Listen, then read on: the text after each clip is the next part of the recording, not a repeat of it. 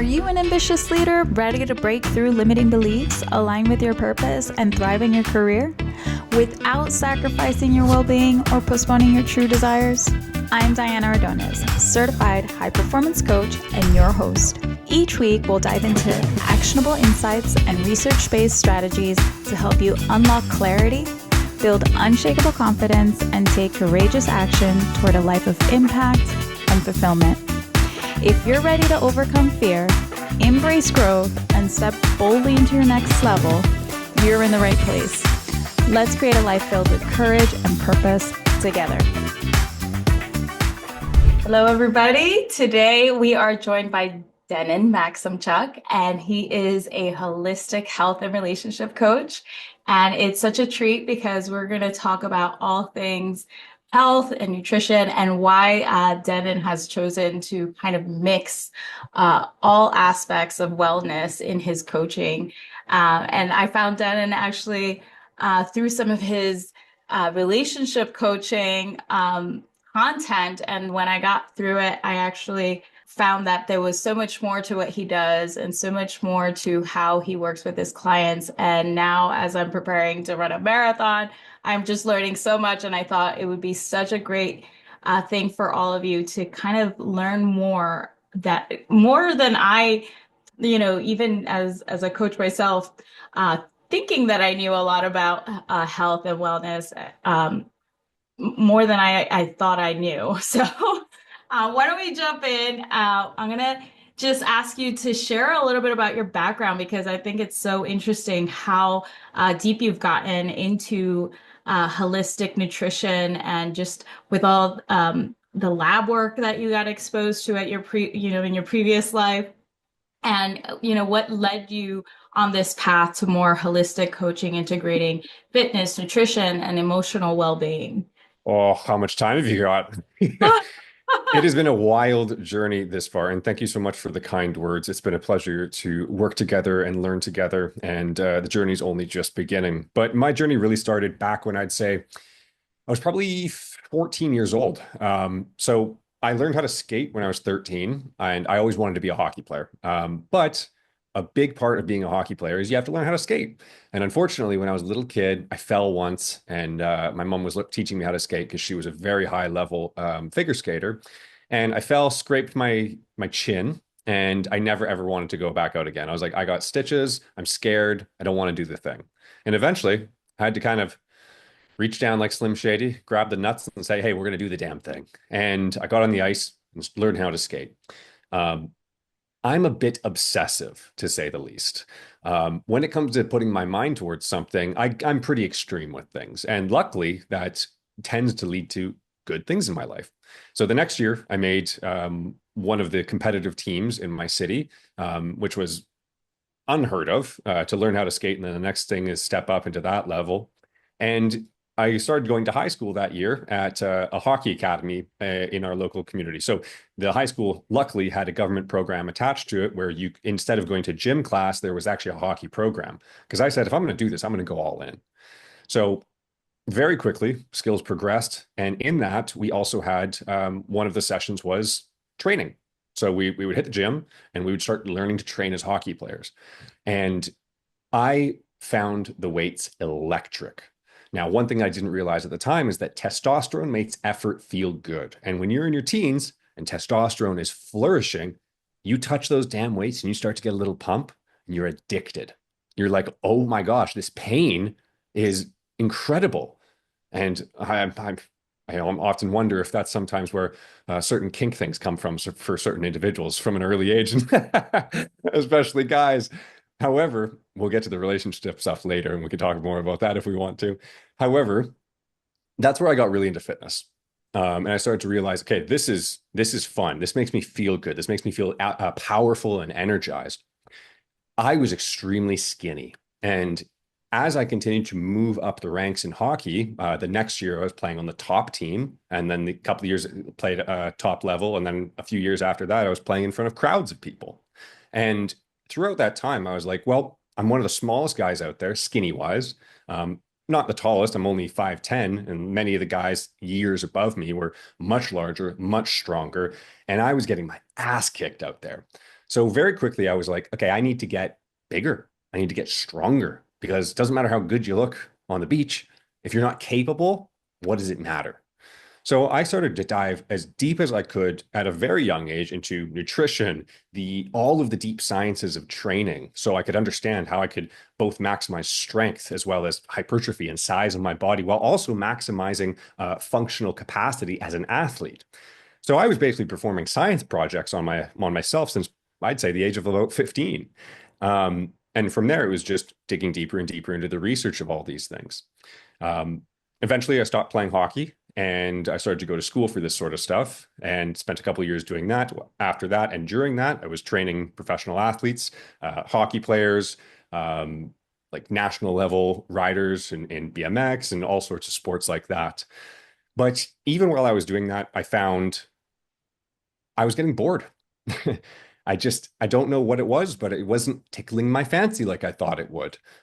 Doesn't matter how deep of the knowledge it was, it wasn't really driving me in the way that I thought it would. Still obsessive with learning new things and applying things to the individuals that I was working with, but I knew there was something more.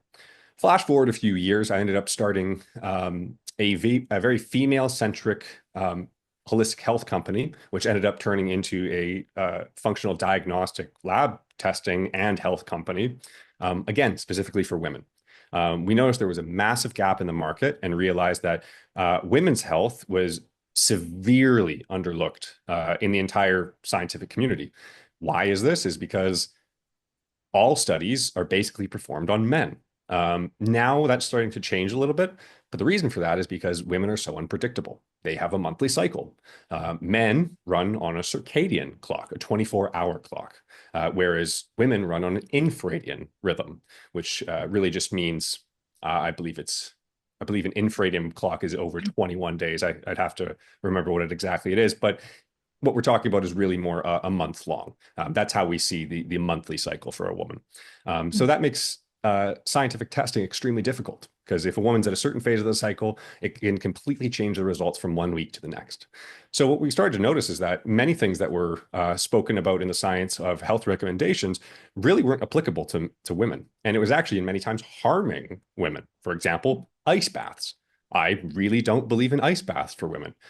With a female body is extreme. Oh, I see that. Oh, I Yeah, triggered I something want to there. get into all the myths because, yeah, that's definitely one of the things. The latest crave, and you see all these, bloggers and influencers that are women that are raving about the ice baths, and I've heard, mixed things about it spiking your cortisol levels, right? And so I'm loving that you're bringing these things up because there's a few others that you've opened my eyes to also in some of our latest Well, we'll conversation. see how much of this is still top of mind. It's been a few years since I've done health podcasts just because I've been so focused on the relational side of things. So let's see what comes up and we can pull out of the subconscious a little bit. But yeah, just going a little, I guess, off the story, women's bodies are extremely, extremely sensitive to stress. I mean, really, when we look at it from a deep biological level, I mean, we are preparing the body for childbirth essentially every month. It's like there's an opportunity to become pregnant. Therefore, the body is constantly going through this cycle of preparing for a potential offspring. Because really, what we are is like organisms that are meant to duplicate. This is how, well, we won't get into it, but this is how consciousness expands over the course of decades and millennia. But that's a whole much deeper topic. However, the female body is extremely sensitive to stress. And in order to stay in a homeostatic state, it's a little bit harder for women to do that as compared to men. And many times, if you were in certain parts of your cycle, if the stress is too high, this can push your period off. This can change your cycle. Mm. And that's not ideal. This is why large changes in nutrition, large changes in mental stress, physical stress, and things like this can oftentimes cause large hormonal changes in a woman and throw off your natural cycle. As Alyssa Vitti says, I believe it's Alyssa Vitti. Sorry, Alyssa, if I'm quoting the wrong person, but your period, your monthly cycle is the fifth vital sign for a woman. We have all these vital signs, but your monthly cycle is a very clear indicator of how much you are in a homeostatic or in a good homeostasis state. Um, so that is if something's constantly off with that, it's a very good sign that you need to look at your overall health markers. But anyways, that aside, um, my ex and I, her name is Sarah Collins, incredible individual, extremely smart, one of the most intelligent individuals I've ever met. She's still running that business. It's called Embodied Wellness. I would highly recommend all women check her and that out because she's incredible at what she does. So yeah, we started a podcast and we started helping many, many women. And it was fun, but even for me, more so focused on the simpler side of the business as well as just operations and media and whatnot. She was getting much, much deeper into the intense sides of the health. And I still didn't feel totally fulfilled. And what I actually found myself being drawn to was, I hate to say this, but the most difficult clients. And I couldn't understand why. And as time went on, I started to realize I really want to help people on a much deeper level of life because really, I didn't know it at the time. I was deeply insecure and I could relate with the individuals who were having these massive challenges. And I started to realize over time that really what I was doing as a coach was holding space for people. And I liked the clients that spoke to me the most because it allowed me to really make an effective change on their life beyond just the, here's your food, here's your training, how are you Mhm. hitting your numbers today, blah, blah, blah. Because I felt like it was very much surface level. Many Mhm. times there's a deeper underlying issue, not only to a person's goals, or not even an issue, but an underlying belief many times to a person's goals, or how maybe the illnesses or sometimes even the diseases have manifested over time. When we start breaking things down further and further and further, many times a lot of these things could potentially start from the mind. Maybe at a very young age, a Mhm. girl starts to have body issues. She starts to be programmed by the media or the people around her to think a certain way. Maybe she Mhm. starts getting bulimic. Maybe this starts then creating gut health issues over time, which then leads to her having challenges in adulthood, even when she's already healed.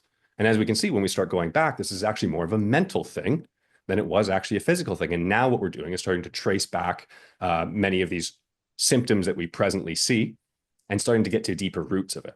And that's really where we differed from the traditional medical system is that we had the time and the availability as a private business to go deeper and deeper into it. Mhm. Then one day Oh, okay.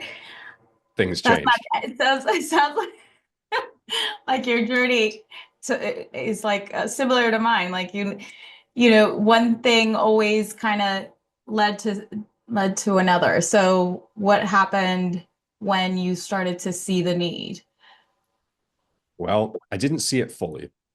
Okay. Then one day we broke up Okay. and my whole world shattered. And that Yeah. is when I had to face every single one of my demons that I kind of knew was below the surface, but I didn't totally realize it. And I went off the grid.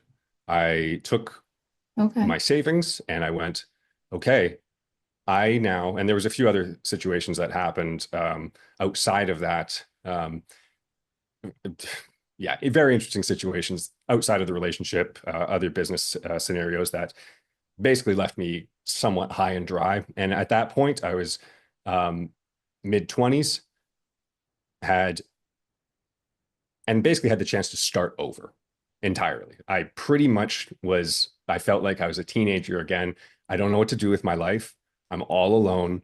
I Mm, have limited amount of resources now available to me and I don't know what to do. And I was scared. And oh boy, did I have to face my mind in ways that I never thought I would. So I needed help. And I reached out to a coach. mm, And I reached out to a life coach. I reached out to a spiritual coach.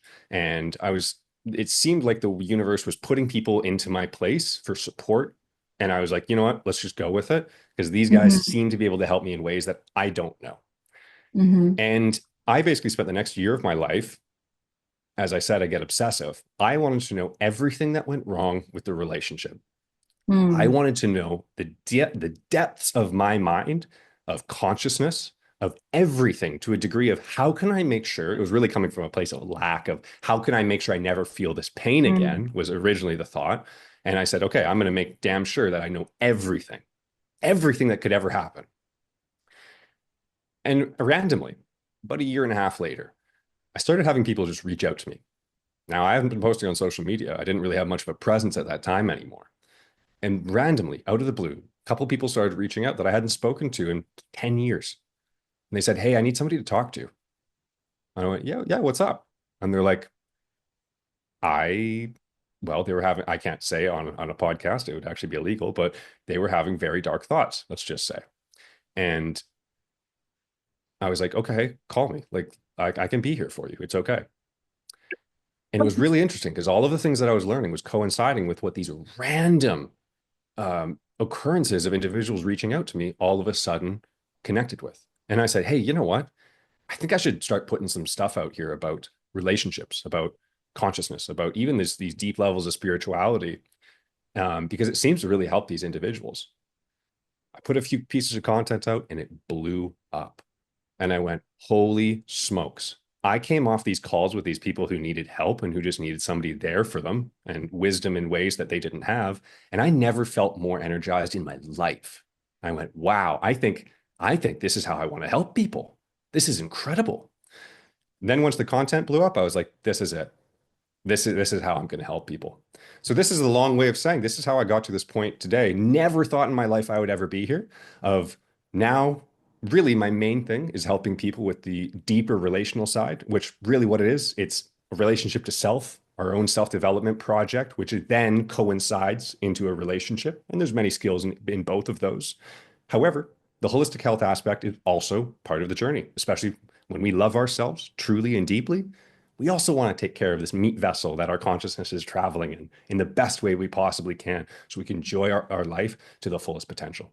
So really for me, a lot of the nutrition and training that comes secondary to much of the internal journey and the journey we share with other people.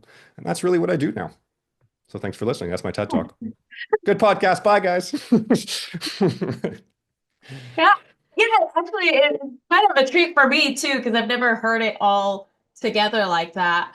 I've only heard kind of bits and pieces, and f f for me, one of the interesting things has been as I, go on a journey of trying to do something that I've never done, which I think we could talk about, how meeting yourself in the space of doing something like that, like a marathon, or anytime that you try to do something that feels impossible, right? And we talk about impossible goals. You kind of face all your limiting beliefs and all your subconscious beliefs. But as I started that journey, I was like, well, you know what? That is when I'm gonna need some help because it's that you're going to face yourself and it's harder to do it alone. And so what's been interesting on that path is like, okay, as a coach, you try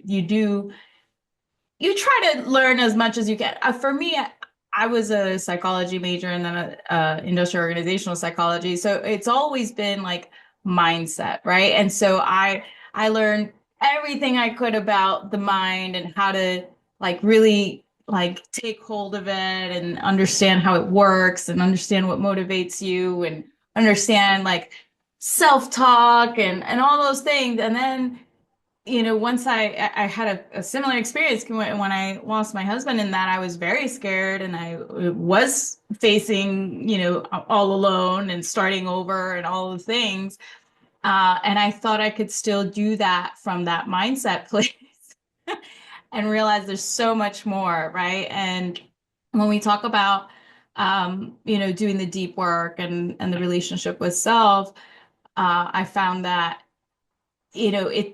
I actually did a podcast with Moses from Vita Project, who I did this program called Renewed Mindset. And it's all about like breaking you down, right, to build you back up. And I was like, oh, mind over matter the whole time. That was when I got rhabdomyolysis. And what we can talk about that. But what I realized is in your deepest, like hard training moments when you're doing something that you feel like this is impossible, I'm not gonna get through this, is when you get to the depths of your mind too. And there's so much about emotional. So I want to hear from you too, because you touched on it a little bit, especially for women, how nutrition and gut health and the way you take care of your body impacts your mind because you can't just be about the mind. There's so much more to us and how it not only impacts us emotionally, but then how we relate to other people, right? One of the things that was surprising was about, how it impacts our hormonal health. And obviously, if it impacts our hormones, it's impacting our moods. And if it's impacting our moods, it's obviously impacting our relationships, right? So, Mhm. um, talk about a little bit about that because I think sometimes we don't, like they say, the first thing any therapist will ask you is like, how are you eating? Are you exercising? And are you sleeping? Right? Really? That's the first thing therapists will ask? Yeah. I mean, Now, any I'm good a coach, so I operate in a, yeah, okay, that's a good point. I operate in very much of a gray area where I think it's important to point out is, a lot of people come to me, and this is not because therapy is bad. I want to make that very clear. Um, but I have a lot of people that come to me because they haven't found a lot of results in therapy, and they one. find a little bit of a different approach can be very helpful. Now, being said, I am a coach. I'm not a therapist or a counselor, therefore I can't diagnose, prescribe, or treat. However, much of what we do can be extremely therapeutic. That's my gray area. So, do want to point that out very, very early. Not a therapist, however, the results that I see in the clients that I will post testimonials all day about clearly show that we're doing something different, but it works. Mhm. And I love that. So, the specific question that you're asking is how does nutrition and the gut affect your brain? That was what you're asking? I mean, I was more talking about how it might impact like your emotions, your mindset, but I guess it probably does impact your brain also, right? I mean, you tell us. Yeah, I mean that's the machine. There's That's a very general question, but I can fill in some blanks on that. So, Okay. one thing that people have talked about quite a bit for the past few years, I think there's two places I want to go with this. The first one is gut health. Whoa, gut health. That has been such a fucking buzzword that Buzzword. is destroyed over and over and over again, used for years. And I've seen, now I want to be very clear here. Even back when I was helping run that company with my partner, I wasn't the one running any of the gut microbiome tests. That was all very much her. She was the functional diagnostic practitioner in that situation. However, with my general knowledge of that, it's one of the things that people don't need to understand is that there is a gut brain connection. And in fact, I think I've got a book sitting over there on I don't know what's it called. Oh, I can't remember the name of it. But essentially, the gut nowadays is called the second brain. And this is very Mhm. much backed by science. So one of the interesting things is that about 90% of the serotonin in our body Mhm. is, well, and this is, by the way, serotonin is our feel-good transmitter, neurotransmitter, and it's produced in the gut. About 90% of it is produced in the gut. So when your gut is unhealthy, think maybe somebody who's eating lots of processed foods. Mhm. Therefore, they're going to have a lot of inflammation in the gut. There's going to be a lot of free radicals passing through the gut lining, which, by the way, is only one cell thick. It's extremely thin. And when we start eating poorly, it becomes extremely permeable. Um, that in combination with a poor microbiome diversity, this can lead to brain fog. This can lead to anxiety. This can even lead to depression. Wow. So from a physical perspective, poor gut health, this can often mean that we're not absorbing nutrients. And when we're not absorbing nutrients properly, this is going to impact our recovery. This is going to impact our energy and just our overall performance in life from physical to mental. So when it comes to um, when it comes to gut health, I've heard so many things thrown out there, and I really hate giving general advice for gut health because sometimes people say, like, oh, just eat more probiotics, get more Yeah. kefir or kimchi. Yeah. And well, the problem is if somebody already has start taking probiotics. Right. Um, but if somebody already has a high proliferation of poor bacteria and we're just feeding the poor bacteria, oftentimes all we're doing is pouring gasoline on a fire. So this is Yeah. kind of why I hate giving general advice for this, other than clean up your diet. Like, seriously, clean up your diet, reduce your inflammation. If you're taking lots of antibiotics, you probably want to work with a professional who can start to help you dial that in for you. Work with an FDN or somebody who can do a gut biome analysis on you so you can actually see what the diversity of your microbiome might be. For example, there's some really interesting research that came out years ago on, and again, causality does not equal like, oh, how does that go? Uh, what's that quote? Correlation, you mean? Correlation Does is not not. equal causality. We're having struggles with that word. No, There was some interesting research that came out about individuals who are lean, for example. In the studies that I was reading, there's a very specific bacteria called Akkermansia, and Akkermansia was in a very high amount in individuals that carried a lean body type. Now, is this correlation or is this causation? We don't know, but there's lots of research coming out about this. I'm sure there's been much more in the past few years that I simply just haven't been on top of, because I now choose to go quite a bit deeper onto somebody's existence in general. But we are seeing all these ways that your gut health affects everything. The second thing that I would talk about as far as the how what you eat affects your mental clarity, your performance, your overall resilience is protein. And not protein in the way that people think. Protein is built up of amino acids. And I think one thing that people forget is that amino acids are essentially, in a way, they're signals for the body. They tell the body what to do with the protein that's coming in as it kind of coagulates into this larger, how could you say this? Okay, here's a better example. We talk about post workout. Why is post workout nutrition so important? Well, we need to recover the muscle. Now, we want to be getting about 30 grams of protein in post workout. Why? Why does 30 grams matter? Because the body needs to signal that it's time to repair from the food that we're putting in. Now, the signal in that 30 grams of protein is an amino acid called leucine, L-leucine.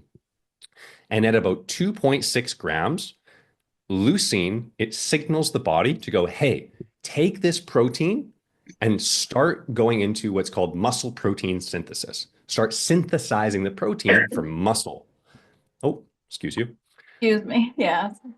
So it's signaling the body. This is what we're going to be doing with all of this. Since we have all of this coming in, we have enough to repair with. Amino acids also do things for the brain. Like when we start to look at certain neurotransmitters or things people might take, a lot of the time the precursors are going to be the amino acids that tell it to whatever it may be. Let's start to boost serotonin down the line. There's certain supplements for that and nootropics. So I think probably the two most important things for people is clean up your diet, drink enough water, get enough sleep. All of those things are going to reduce inflammation, remove as much processed foods as you possibly can out of your diet. And this is going to help to improve slowly over time, most likely, your gut microbiome. Eat a large diversity of foods. This is going to help you with the brain fog, hopefully reduce anxiety and even your mood swings, perhaps even depression in many cases, and get enough protein in. I think as far as the two most basic answers I can even think off the top of my head to give you, that's where I would go with that. God, I don't shut up, do I?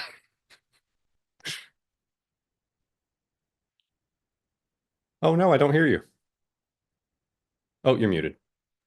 That's right. I was coughing up a storm before and I didn't want to interrupt. I was saying So, I feel like you attract who you are. So like I'm also a talker. So you end up couple of windbags, attracting a are lot we? of talkers to the podcast. But what I was saying is, one of the things that surprised me, you talk about, clean up your diet. And I think you know, everybody says that. And I thought, yeah, I have a pretty good diet, right? Like I don't eat a lot of processed foods. I avoid carbs and sugars. And I eat as much vegetables as I can. And then like you started throwing out these things at me, and I was like, I'm not sure about all that stuff. And then I had to like track my foods and some of the surprising things, and I want you to add like your piece here is, I thought carbs were like the enemy. Ooh. Hmm. And I thought that not only are carbs the enemy because I grew up with a diabetic dad, and I thought, sugar, carbs equals sugar, basically.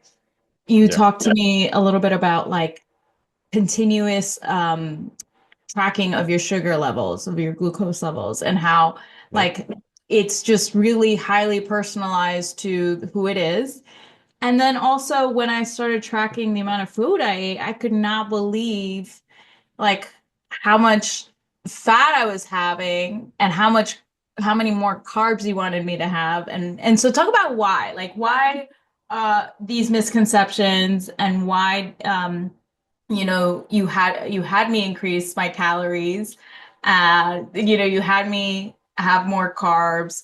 And then you talked a lot about if you are having these vegetables, you probably should cook them. Like, talk about that. Oh boy. Okay. There's a lot to unpack here. I'm gonna do my best to keep this as simple as I can, as much as that's possible for me. Um, okay, so I'm just gonna broadly speak about the summary of what I saw with your nutrition. So you came to me and you said, well, actually, we're doing a lot of, guidance work, but I said, hey, let's it's also part of this is the holistic health work. So we started to add that in after the fact. So I said, okay, so the only way for me to get a really good picture of what you need to make slight adjustments for started as, hey, let's just make some slight adjustments. Um, what we started to do is I said, hey, I just need to see what's actually going on. And you said, okay, I can write down my meals. And I said, nah, I want to see numbers. That's the only way I can actually measure things properly. So we started tracking your food, begrudgingly to you. You said, I want to be very intuitive with my eating. And this is exactly why I tell them, no, we're going to track first so that we can actually see how intuitive you really are. So typically with an individual that is training for endurance in particular and doing a lot of activity, you've been doing a short but intense training session in the morning, followed by oftentimes in the evening, a larger run. This is quite a bit more activity than most people. And especially, for women in particular, we want to be careful with our activity levels so that we are not totally throwing our hormones off, which means controlling stress and the other factors of life throughout the day is also important. One of the ways to do that is to ensure that we are in a solid nutritional state. Um, Carbs actually do help to mediate stress in many ways. Oftentimes, when we are going into a very high fat, moderate to high protein diet, this can actually cause cortisol boosts very slightly, especially as we start to try to get into a bit more of a ketosis state, which is not something that you were doing. However, when the carbs aren't high enough, this tends to affect hormone levels, specifically in women.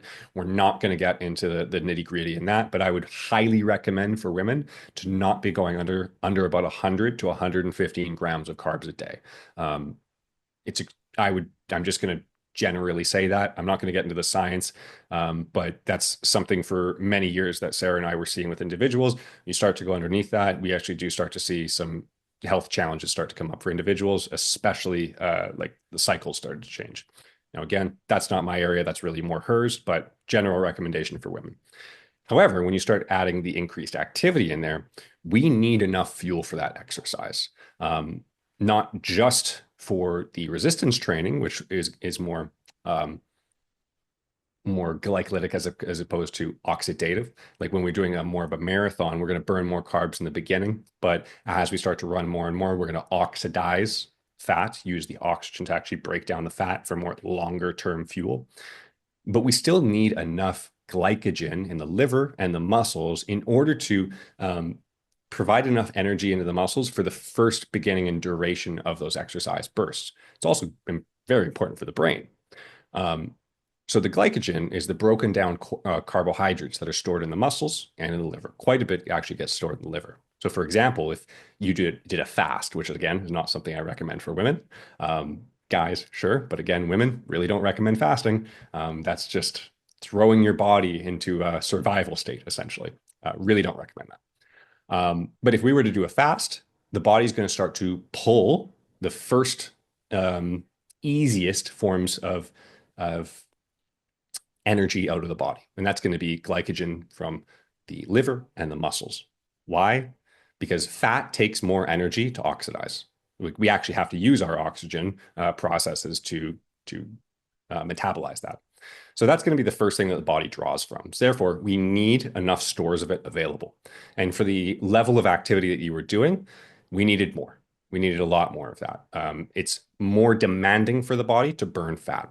If the body is having troubles doing that, one of the things we don't want to risk is a process called gluconeogenesis. Now, what does that mean? Why are we throwing out these multiple syllable words? Gluconeogenesis is for somebody like you who has experienced rhabdomyolysis, which is a massive breakdown of the body and tearing away at muscle. Um, Gluconeogenesis is the process of the body taking proteins, reversing them into amino acids, and then burning the amino acids for fuel, turning it into essentially a simple carbohydrate or sugar and burning that as fuel. What we don't want to do is have the body do that with muscle, turn that into protein, then amino acids, then burn that for fuel. So muscle preservation is number one most important thing when you have a goal of physical goals of training more than you would typically do, as well as wanting to get into an ideal body state. For many times, that just people just like, hey, I just want to lean out to this nice look, whatever it is, and I've also got these performance goals. So muscle preservation is number one, the most important thing there. That brings us to the second topic of protein. Protein was relatively low. We won't put your weight out there to people because you're a lady and we don't want to talk about that. But I would recommend for somebody who has performance goals and is also looking to do a very light amount of body transformation, 1 gram of protein per pound of body weight. Now, you can get away with a little bit less, but for the level at which you were training, it's very important that we focus on preserving muscle. Muscle, we can really look at as almost like an organ, like a longevity organ. It's so important for so many things. It is amazing for you've got in your family. I'm not sure if you said it was diabetes or hypoglycemia, but diabetes, perfect. So muscle is incredible for balancing our blood sugar. The more muscle you have, usually the better it's going to be for that, as well as just functionality over time. I mean, we can go into a million things that muscle does, but one of the biggest things it does is it boosts our metabolism. So this is why preserving and gaining muscle as much as we can is the number one thing for anybody to do when it comes to staying lean over time. The more muscle we have, the more calories we're going to burn because muscle is an expensive tissue. And by expensive, I mean energetically expensive. We need to increase our metabolic rate in order to keep that muscle alive. So many times, and this kind of brings us now into the third point, many times when somebody says, hey, I just want to go through a little mini cut, little fat loss phase to, tone up a little. Okay, what do I do? What does most people do? They Yeah, they cut increase, their calories. they either increase activity, cut their calories, or do both. Right. Many times, many times, a person's and honestly, I would probably say this is 80 to 90% of the times that I do overview on a person's nutrition, they are under eating, specifically protein. Like I would say that's 99% of the time people are under eating on protein. They're like, Denon, I've been trying to lose fat for 3 months on my own. I feel like I look like I'm actually gaining weight. I don't know what's going on. What do I do? I take one look at their nutrition. Um, they're so massively under eating that their body is basically going into a diet fatigue state. Now, some people out there, they talk, and this is a misnomer, they talk about our body going into a survival state, therefore it refuses to lose fat. That's not necessarily true. Now, one of the most basic things that we talk about when it comes to whether it's gaining muscle or burning fat is there's the calories in, calories out. Right. If we want to gain muscle or gain body weight in general, we need to be eating a slight caloric surplus. And this is slightly more calories than which our body is burning after just our regular metabolic process and exercise. So if my body is burning an approximate, and we can really only estimate, let's say 2,400 calories a day, but I want to be gaining muscle, I need to be eating about maybe 26 to 2,700. If I want to lose a little bit of fat, lose a little bit of body weight, ideally not muscle, this is why I say fat, um, I might start 100 or 200 calories below what I'd be burning. Now, the problem is that many people, their typical body, their metabolic rate, this is their just what it costs the body energetically to stay alive throughout the day. Then there's the exercise. So that's how we get to how many calories we're actually burning in a day, which is the total daily energy expenditure. Many times, if people are at let's just throw a number out, 2,500, um, but they start cutting calories and they're only eating 1,500 a day, that's a huge drop. Or they've been eating such a low calorie for so long in comparison to what they're actually burning that the metabolism actually just slows down. Because it does get to the point where it's like, okay, look, you're just not giving us enough energy. So some of the things that start to change is one of the things that burns a ton of calories throughout the day is just extra movement. The way I'm talking to you right now, and if anybody's watching the video, my hands are moving. I'm very animated with my motions. Maybe I'm working at the computer and my foot's tapping to the sound of the music. That actually burns a lot of calories. Now, they've seen in studies that, because I mean, most of the day we're not exercising, we're just moving. When a person is chronically under eating over time compared to what their metabolic rate is actually burning, Mhm. they become extremely sedentary throughout the day, the other 22 hours, which means they kind of just go into slug mode. They just don't move as much.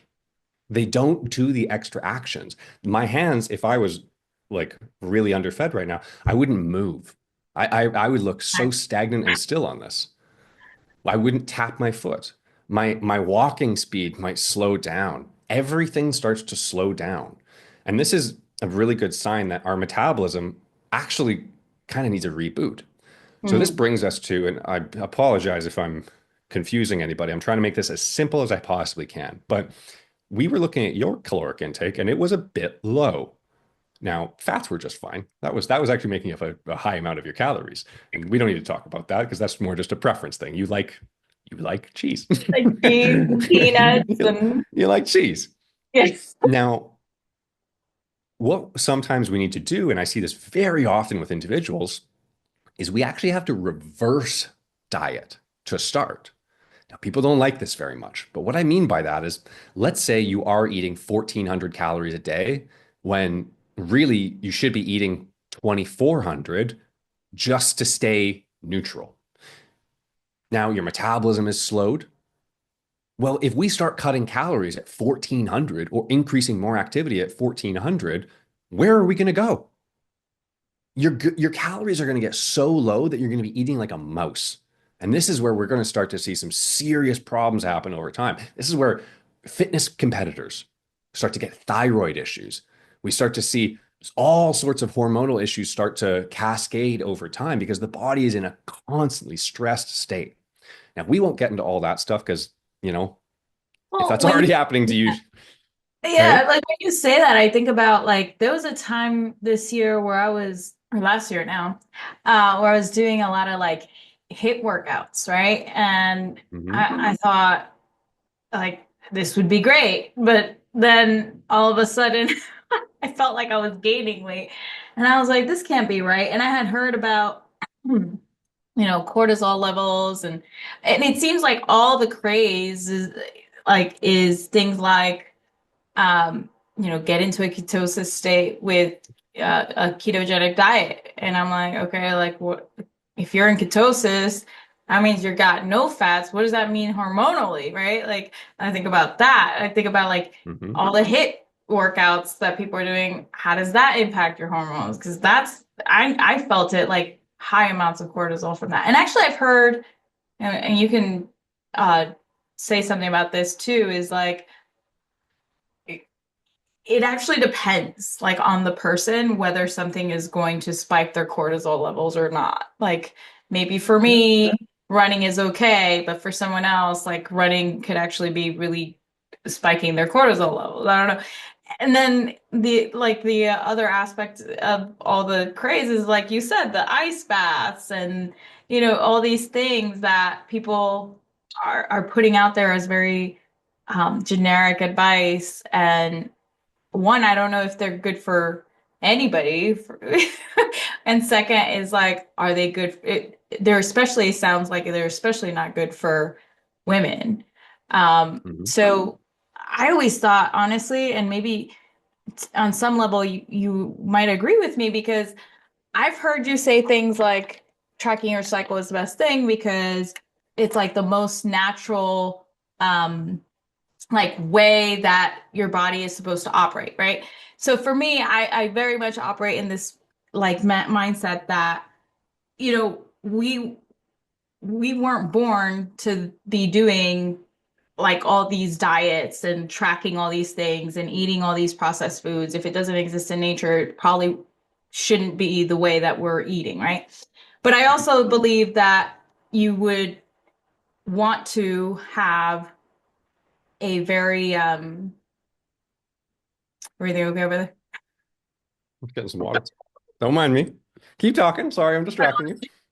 Um, a very intuitive way of eating because if our body is functioning in this like natural way, then it should tell me when I need to eat, when what kinds of foods I should be eating. Like, and so tell me You would about think, but if when it's been that goes dysregulated wrong. for that long, if your body's been in a dysregulated state for such a long period of time, you have no fucking idea what intuition actually is, So right?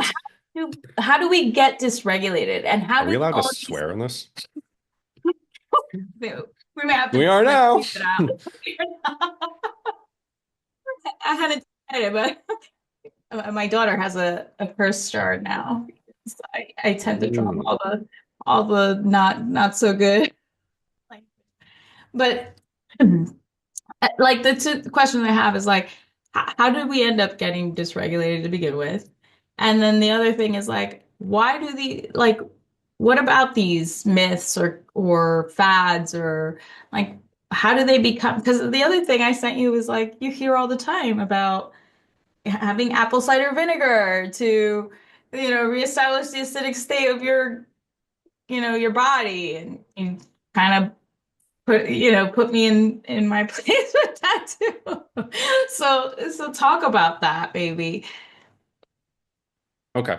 Um, So a dysregulated state is essentially when you're exposed to stress for a long period of time. Really, this is mostly referred to like within the nervous system.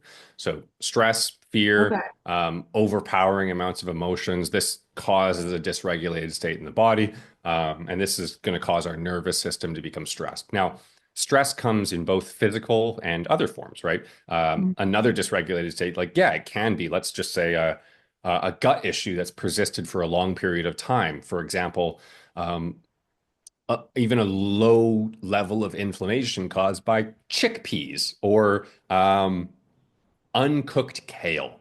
Two things that are typically pretty, or beans, typically for most people, pretty hard to digest those things. And that might cause a irritation in the gut over time, causing to a small degree of perhaps of a dysregulated um, um, pathway of the food basically leaving the body.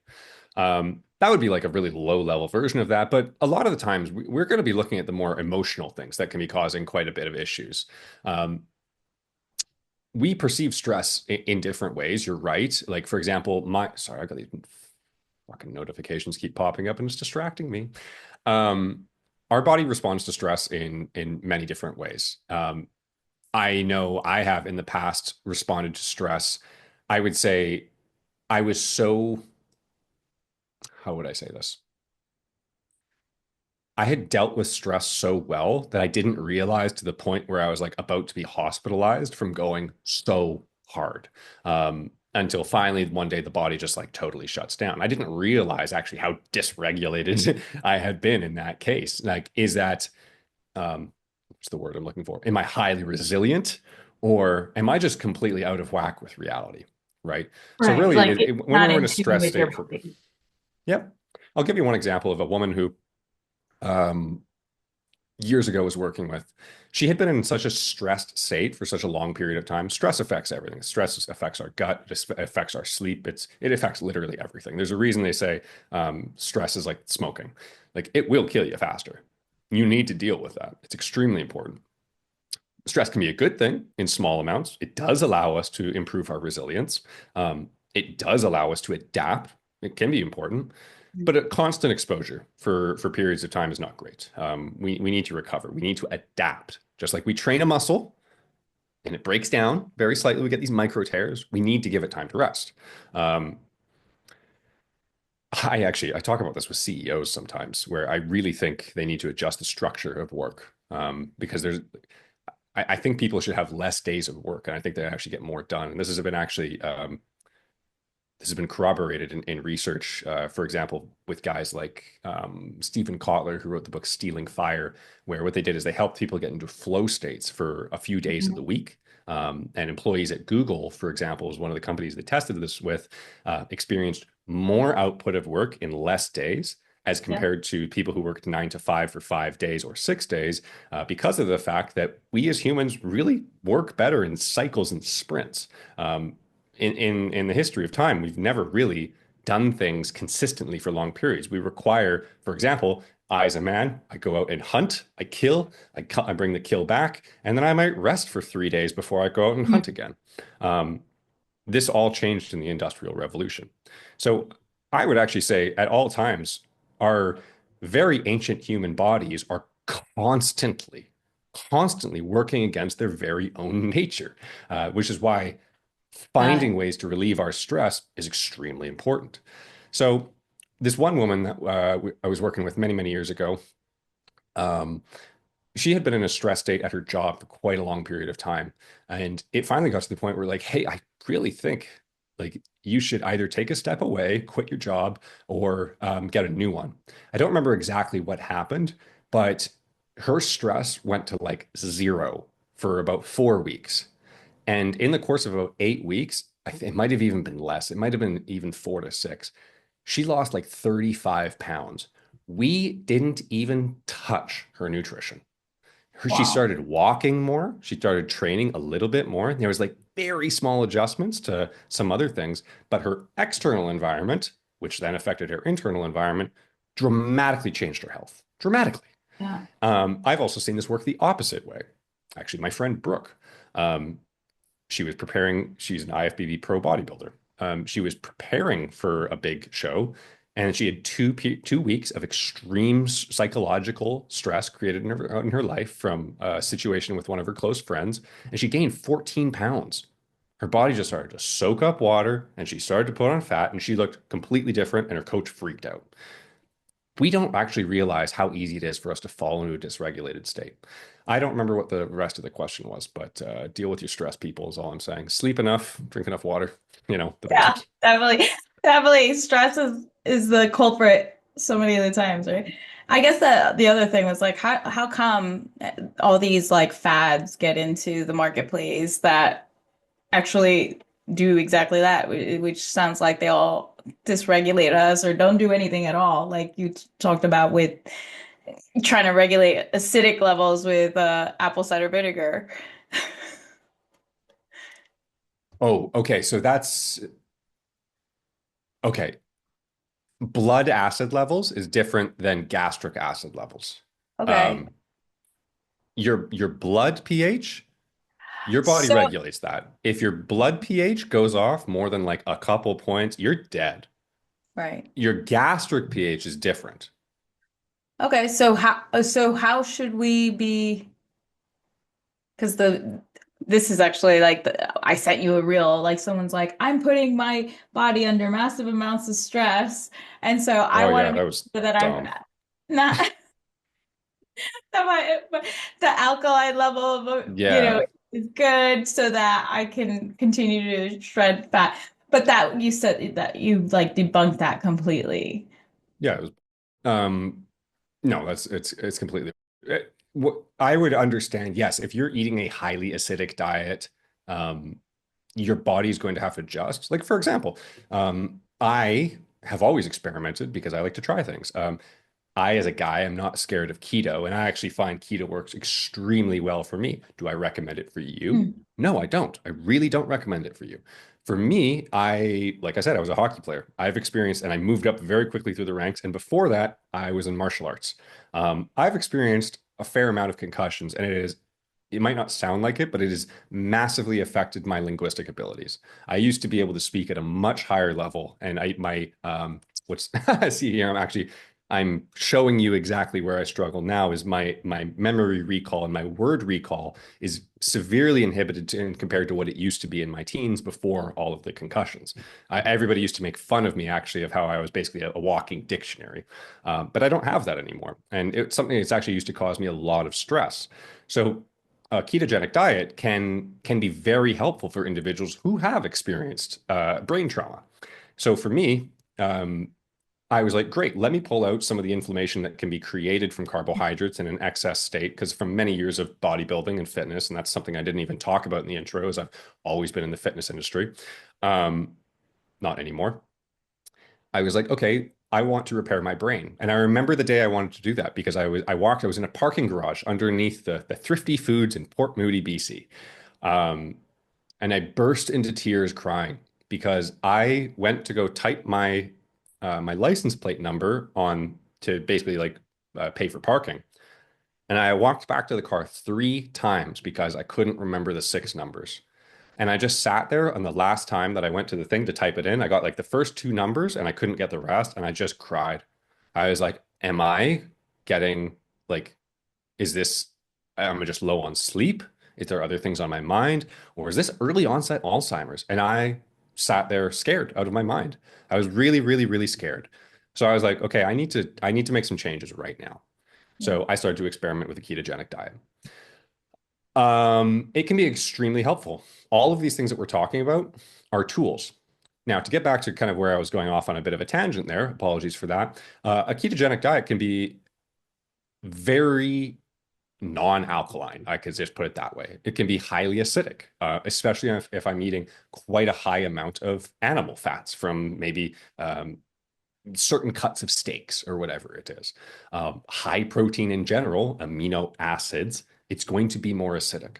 So one thing I might do in that situation is I might start taking very specific enzymes with my food. They're going to help break down the increased amount of acidity until my body can start producing enough to deal with the increased acidity. The body deals with these things very naturally. If we have survived for this many years, like for example, humans out on the savannah. If I kill a deer, I'm not eating a salad with it. I'm eating deer for like 4 days. Mhm. Yeah. Our body doesn't give a how much protein I'm eating right now. It's just going to keep eating that. And yeah, is that acidic? It's extremely acidic. Absolutely. But our body deals with that. And that's, for example, it might produce more gastric enzymes. It all starts in the mouth. We might start producing more salivary amylase. It's the first enzyme that starts to cover the food and prepares it for digestion. There's very protein specific enzymes that our body will produce more of.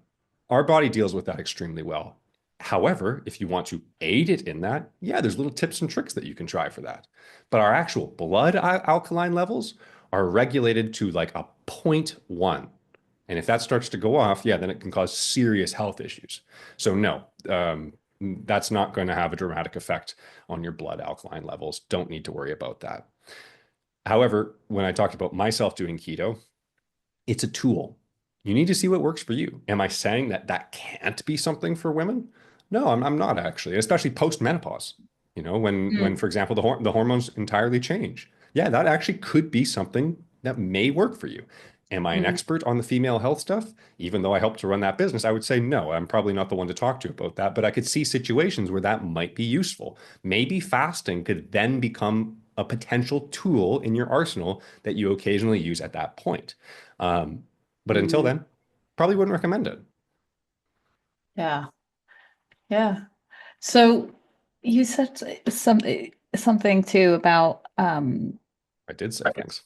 yeah, you did say something that brought something to mind, but now I've lost my train of thought. But I want to touch on the emotional piece, since it's a big part of what you do now.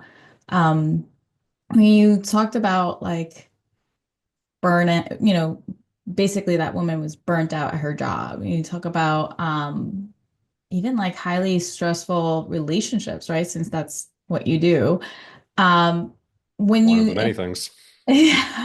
and you talk about hormones a lot, and it's talk about like the nervous system, because that's a lot of what I talk about with my clients now is I'm realizing when you're in a leadership role, whether that be a male in a leadership role in his family and his relationship, or that be in a company that you're running, it feels like the number one thing you should be looking at before you ever, go to have a difficult conversation, or before you ever actually, sign up for a difficult project, or, anything like that, is to first regulate your nervous system.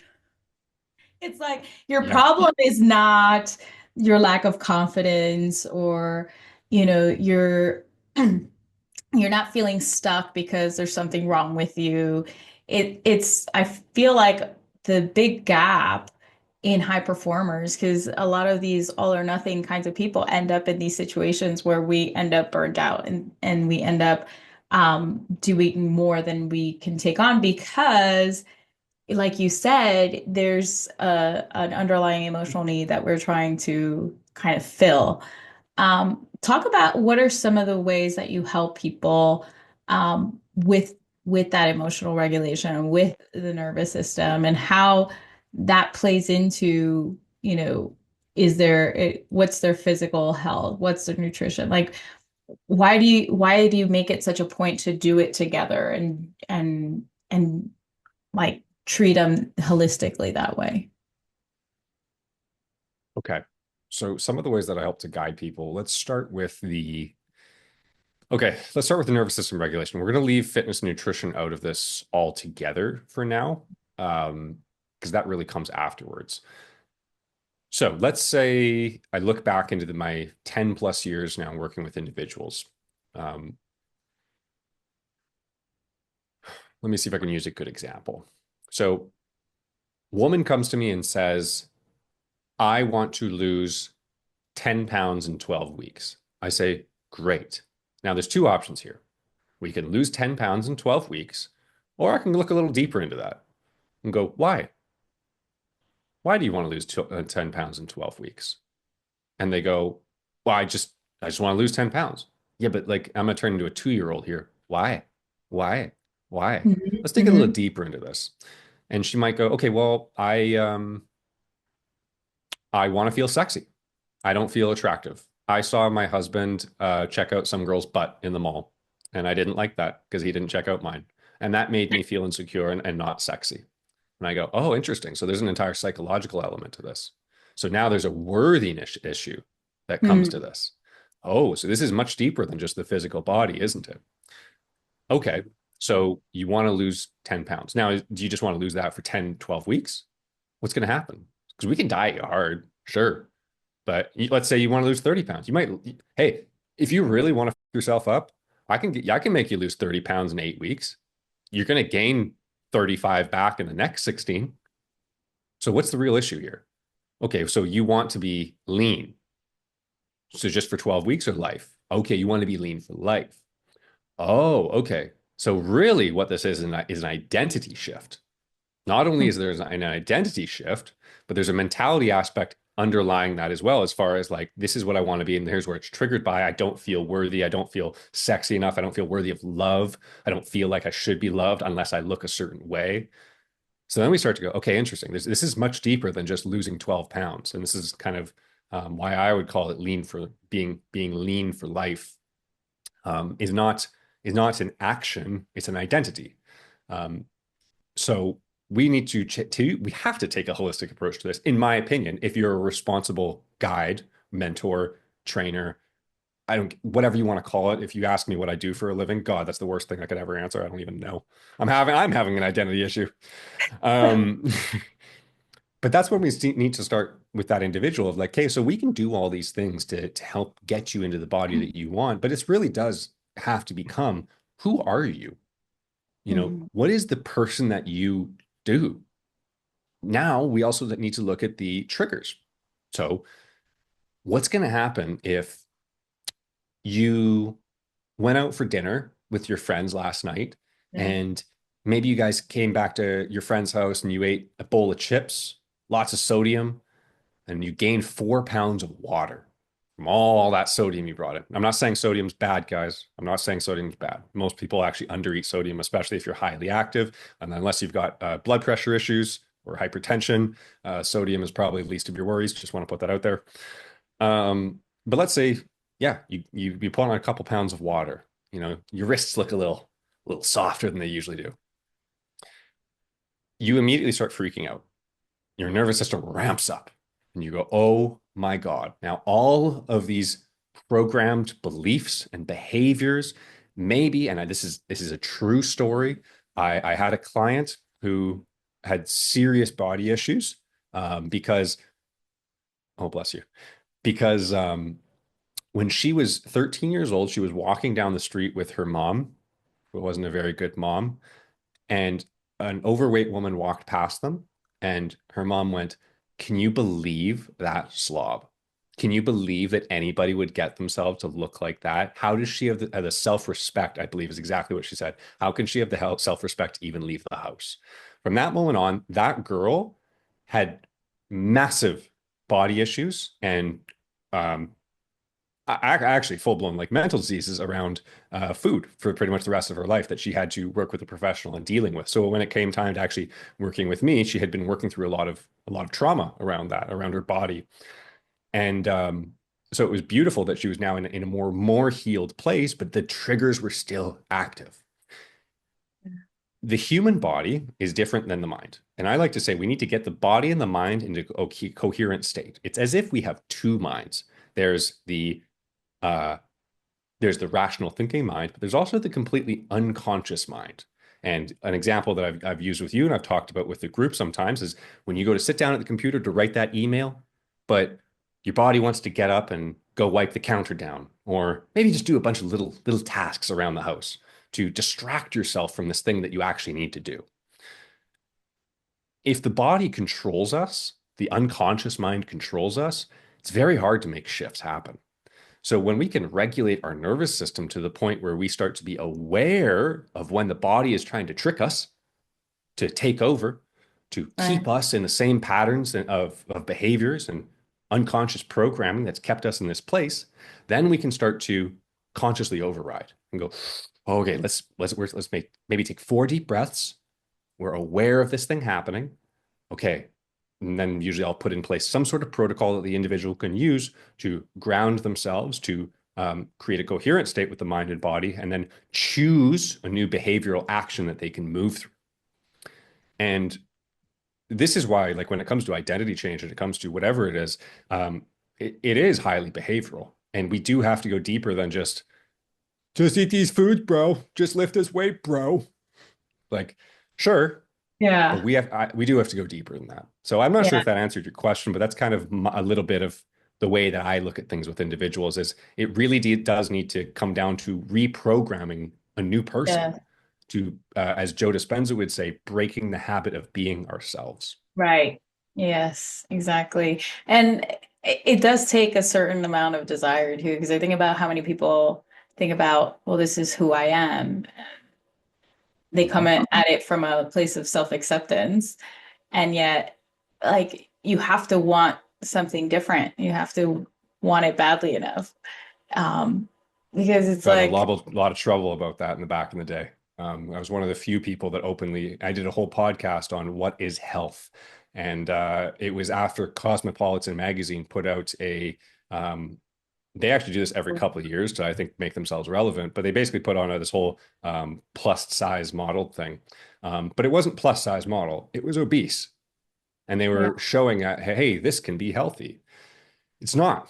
And in this podcast, I went into great lengths to show the data and information involved with that. And in fact, I had rented a studio for my partner and I at the time to film some stuff that we needed to do for a bunch of the projects we were working on. And the studio actually listened to the podcast. And I took a look online, found out the owner of the studio was, in fact, very much overweight and took quite a bit of offense to it and canceled our reservation and didn't allow us to come and film there.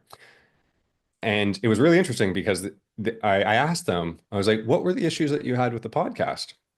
And the individual said, oh, well, I just don't believe in what you were talking about. And I said, what specifically? And they gave me a reason. And it was, I knew based on the way that they were answering that they didn't actually listen to what I said. I knew they didn't listen to the podcast. I knew that they read a title or read a post and were triggered, had an emotional Yeah, response, and right. immediately went, this guy, he is a misogynist. How dare he like fat shame, which I was absolutely not doing. So people will hold to their ego's identities as much as they can. It was really funny because the next thing that she said was actually, I talked about, I remember this clearly 3 minutes into the podcast. I knew that people would come at me for certain things, and I covered those right off the bat. So I was like, you didn't even listen 3 minutes in. There's no way. But her ego wanted to protect her so deeply. This is the body playing tricks on us. This is exactly the unconscious example I was using before. She had a reaction completely unconsciously and went, no, this guy is evil. He's a horrible person. How dare he say this about me? He's attacking me. Well, the ego will help us stay the same, right? Bingo. It did Yeah. everything in that situation to do that. Yeah, and that is the thing about the nervous system. Like I've had people just consistently find themselves burnt out again, right? Like how did this happen? Like, well, it's because like their body, like they could even identify specific situations where that shame will come in and kind of like, when they call you telling you fat shaming, it's really a reflection of their own self-shame. Like the way we see other people is really the way, like, a reflection of what we believe about ourselves, right? So when we talk about like people overworking themselves, it's like, oh, I feel judged for taking a break. No, it's really you're judging yourself for taking a break. And what are you trying so deeply to protect? Like, what is the ego trying to protect that you will not allow yourself to rest, that you need to overwork over and over. And it's so true. And I think even it's so true that it plays such a big role in how we eat, but and also when we have really, just to like wrap it up in a bow, when we have a lot of our relationship struggles, I find that that's the real most difficult thing I've had to do, in on my journey is like similar, like you said, when you're all alone and you're facing yourself again, it's starting over. And the how did I get here was really trying to start up a relationship post massive amounts of loss. And now you're talking about, well, yeah, I was also under massive amounts of stress and, grief and loss for a long time. And so to not recognize that or not be able to then regulate will impact how you show up in relationship. And so talk about a little bit of what you do and if somebody wanted to um like work with you, what kinds of people do you work with? Like where are some of the some of the challenges they're facing manifest and might signal to them that they should work with you? That's a question I've been asking myself. Um, Okay. so right now, at the current date of, for me, it's January 21st. It's currently 10 p.m. at night, where I'm at. Um, the reason I say that is because if you go on my Instagram right now, you're going to see a lot of content tailored towards men. Um, a lot of content tailored towards men. I just had a massive influx of male followers. There were like 30,000 plus new male specific followers mostly. So I'm specifically tailoring content towards them right now. I connect with men because I'm attracting my younger self. I'm Mm, attracting um, I guess I'll just say it, the child with mother wounds, the child with insecurity issues, the people pleaser, the chronic mm, nice guy syndrome, the guy who has built-in beliefs about himself. And this is not just guys, this is men and women. I'm just saying mhm, if you go look at my content, it's going to be mostly male focused. But this is everybody. I actually work with more women than I do work with men. Women are more aware of their own mm, challenges and will often come to me. What I see is 3 to 4 times in advance of when a man does. And in a relationship, I see this where when I ask, for example, the times where I'm working with a couple, they go, "Hey, here's the challenges that we're working through. The polarity has broken down. Um, how do we start to love each other again and not be roommates?" These are just some lists mm, of many symptoms that I hear. Um, and I'll ask her, when did you start feeling the shift? And I'll ask mm. him. She always is 3 to 4 times in advance of whatever the guy's number is. And this is because women are so much more emotionally attuned to things. I always like Right. to make the joke that the way that a bear has 3,000 times better scent than the average male, that's like women's emotions to men. They understand that at that level of a rate. And obviously, that's blown far out of proportion, but it's kind of what it seemed like. Mm, Um, so really, I'm working with anybody who I would say my ideal person is somebody who feels completely lost in life, somebody who's experienced a tremendous amount of pain and has built a lot of beliefs around themselves that are maladaptive and not self-serving. And they know they need to make a change. Maybe they're recovering from a breakup. Maybe they've been having trouble even getting into a healthy relationship. And at the same time, maybe they're looking to make holistic changes in their body. They don't like looking in the mirror. Um, they look in the mirror and they do feel kind of sad. Oh, you know what? I've actually got this all written on my website. I should have just read off my read off my offers page. this is better. Um, This is, you know, yeah, I like this. from It's the fun. heart, natural. It's true. It's true. So yeah, somebody who feels lost, somebody who doesn't know the direction they're going. They feel purposeless. I think that's a really big one. They feel a huge loss of lack of purpose. They feel like a ship just being blown in the wind, every direction. Many times they get distracted by opportunities which are really just disguised as distractions, and they just feel like they're getting pushed around by life. They feel out of control. They feel like life is controlling them. And many times it's a person who is on the edge of a breakthrough and they know there's something more for them. They're ready to make a quantum leap, as I guess that's an inside statement that only you and I know from some of the recent group calls and teachings. Um, and they need help. They need guidance in order to make that happen. I would say that's the individual that I work with. I Yeah. love it if people do the training and nutrition with me, but obviously that is more expensive when I'm doing custom work for individuals. But really, my absolute favorite thing is general, I would say, spiritual and life guidance without calling myself a life coach, because I don't ever want to come across as that 19-year-old kid on Instagram who rented an Audi and claims he knows the world. We all know that cringy person. That I hear the term life coach is really getting a bad rap. It's Somebody, such a bad rap, yeah. somebody, And that's not what I am. Like straight up, I'm not a life coach. Like yeah, somebody commented like on a post once was like seemed to be a very angry person, clearly my dysregulated. post. No, what am I? And they were Oh, because I was like, gonna say yeah, my posts are angry comments all day. all the I time. trigger Yeah. people all day. They were What'd they like, say to you? they were like something like, yeah, well, aren't you a life coach? Isn't that what you're gonna coach them through or something like that? And then they were like, what qualifies you to help someone like that? And so I guess I talked about my qualification, and then they were like, oh, okay, good. Keep helping people.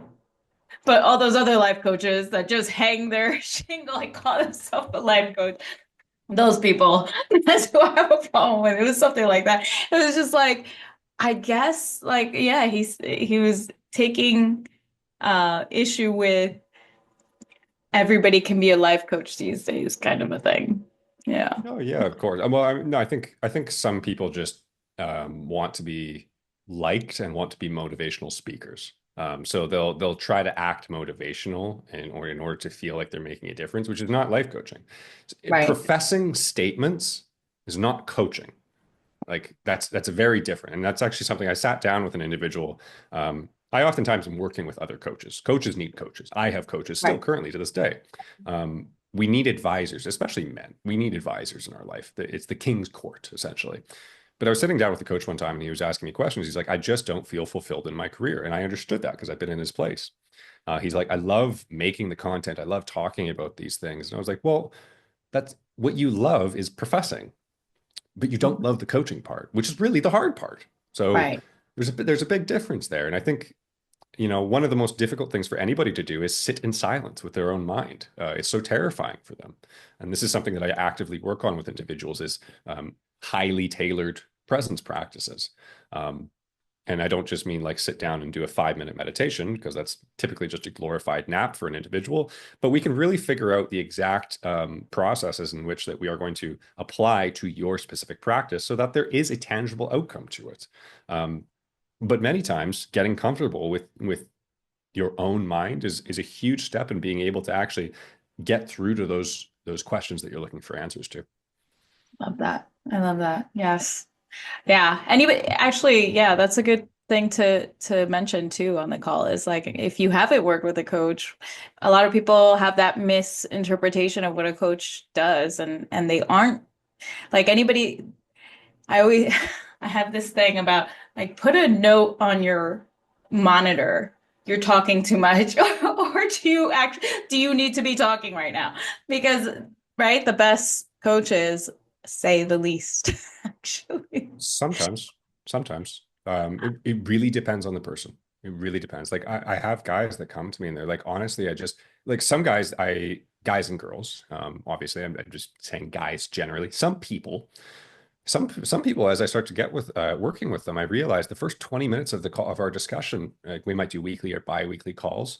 Um, I just let them flow. Many Right, times it's, let's say, the elite CEO type individual. Their first 20 minutes with me is their first time that they've had any degree of right. presence for the first time in their week. And this is their opportunity to verbally journal. And in that moment, I get to see how their psyche is working. I get to hear the language that is coming out without any sort of a filter. Mhm. Other times, I might not shut up for half an hour, and they need that.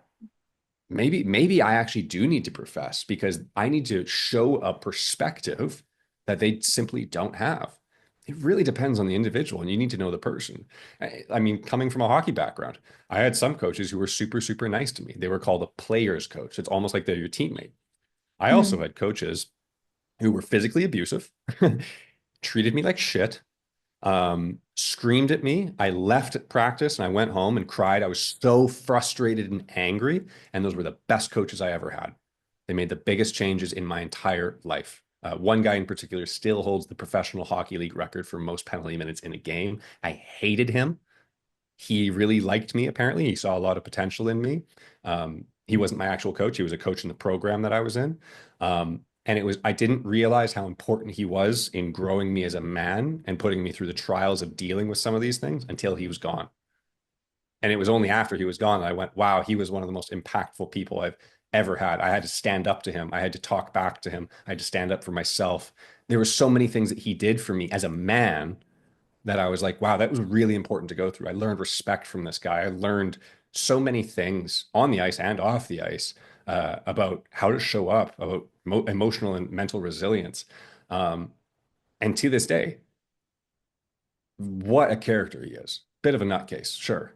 But man, was he important for my development. So he Mm. knew what I responded to. He got me to a level on the ice and off, physically in the gym or in the drills that we were doing, that was super risky. If that was in let's say, I know a therapist wouldn't do this, but maybe they should. I don't Maybe know. they I feel should. like that's a whole other podcast. I feel like that's like a But whole this is other where coaching is conversation. amazing because coaching is a gray area. And if I see a guy who's quite frankly acting like a complete, I might call him on that and I might say that to him, but that might draw the best out of him. I wouldn't probably do that to most women, obviously, but if a guy is like just in, sometimes he needs to get called out in a very masculine way. And that's the beautiful thing is that you need to know the person you're working with. Because I know what I might respond well to, but if I say that to another person, they're going to cry and they're going to leave, and I might ruin their entire year. Now they actually have to work with a therapist because I can abuse them. That's not okay. That would be very poor of me. Yeah, I don't know. That feels like a whole other conversation. Just because I think that there are things to explore there related to emotional regulation and the nervous system and the Mhm. way that traumatic experiences wire us and stuff like that. But so we'll we'll shelve that for now, put that on the shelf. But I do hold the belief that while coaches are there to give perspective, and to ask the questions, right? To reflect back what they heard, um, and to give perspective. For the most part, I think the client has all the answers. You know what I mean? If you ask the right questions, they and that's been my experience. They will get to like the depths of their, like, even when you talk about, you like a child ask why, yeah, most answers are 7 layers deep of the why. A good coach is going to catch the client when they go, when they try to deviate from the answer 3 levels in, and keep going deeper. Because I think most clients, because honestly, most people won't do what they didn't feel was their idea to begin with, right? So if you can get the client there, it's so powerful, because they deep down, most people know what they have to do or what they want to do, and they just are like stuck in their ego, right? And if you can get them to the point where they can see it for themselves, um, you know, that's so powerful, because the motivation to do it is so much more, is so much stronger, right? I, for the most part, agree. I do think there's situations where sometimes the paradigm shifts are so grand, and so, especially when I start getting into like some of the more deeper "who are you" discussions, and we start talking about consciousness and the much larger concepts, where it takes a more professing before we get into the questions, and especially like you can go through the process. For example, when I might get hard with a guy, I just had a guy today. His big challenge is like getting into the warrior, getting into his warrior archetype. For men, they've got 4 main archetypes: the king, warrior, magician, and the lover. He spends a lot of time in his lover archetype. The lover archetype is highly feeling, it's really tapping into his feminine side. He's very, very good at that. He's incredible when it comes to holding space for his woman in a relationship. But when it actually, or feeling anybody's emotions, he's a bit of an empath, as some people would say, understands people, understands his own emotions very well. But he does not hold himself to what he needs to do in his warrior archetype, which would be to set direction, have discipline, have responsibilities, a schedule that you uphold to, many of the more masculine attributes. Something whereas I would see a CEO is more so in the warrior archetype as compared to the lover. Now, I won't get into the details on any of these things. However, many times these concepts and these understandings of the inner energies of an individual are so foreign to people that if I ask certain questions, they actually don't understand how many times their own evolutionary psychology and biology processes would work. And I do kind of have to get them there Mhm. before I start asking the questions. So it's like, again, highly situational. And there's the amount of things that I talk about and help people with is quite broad. So I agree. If you're a good coach and worth your salt, you're not going to tell people what to do. It's like the movie Inception, right? Yeah. Sometimes you have to dream 3, 4 levels deep in order for the person to believe it was their idea to get there. But Yeah. anyways, this is probably boring for the people listening at this point. Coach is chatting about coaching. Yeah, Coach is chatting about coach. This was great. So Thank you so much for your time tonight, Denon. I think you dropped a lot of insightful insights for people that are. I know for me, there's so much that I thought I was doing right that I apparently didn't know anything about. I hope that they can anybody that wants to reach out to you will be able to do so. What's the best way for people that want to go deeper, that want to have kind of a holistic approach to their healing, their relationships, just connecting with their purpose? That was a lot of questions. What's the best way Each one of those for are its people to own connect? podcast. Oh, no, what's the best way for them to connect with you to do these to To do all connect with these me. things? That's a lot easier. That's not as complex. Instagram would be the best place. I've got a very complicated name. Denon Maximchuk is a very interesting Ukrainian name. My parents didn't give me the most marketable name.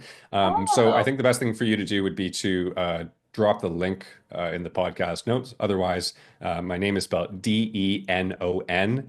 If you just type that in, unless I'm shadow banned yet again for talking about or something, I should be right at the top of the list.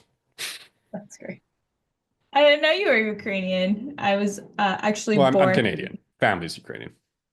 Yeah, well, I'm not really Ukrainian either, but I was born in Ukraine.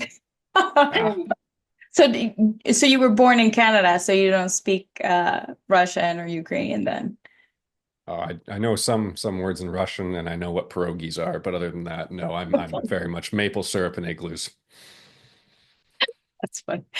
All right. Well, thanks so much, Denon.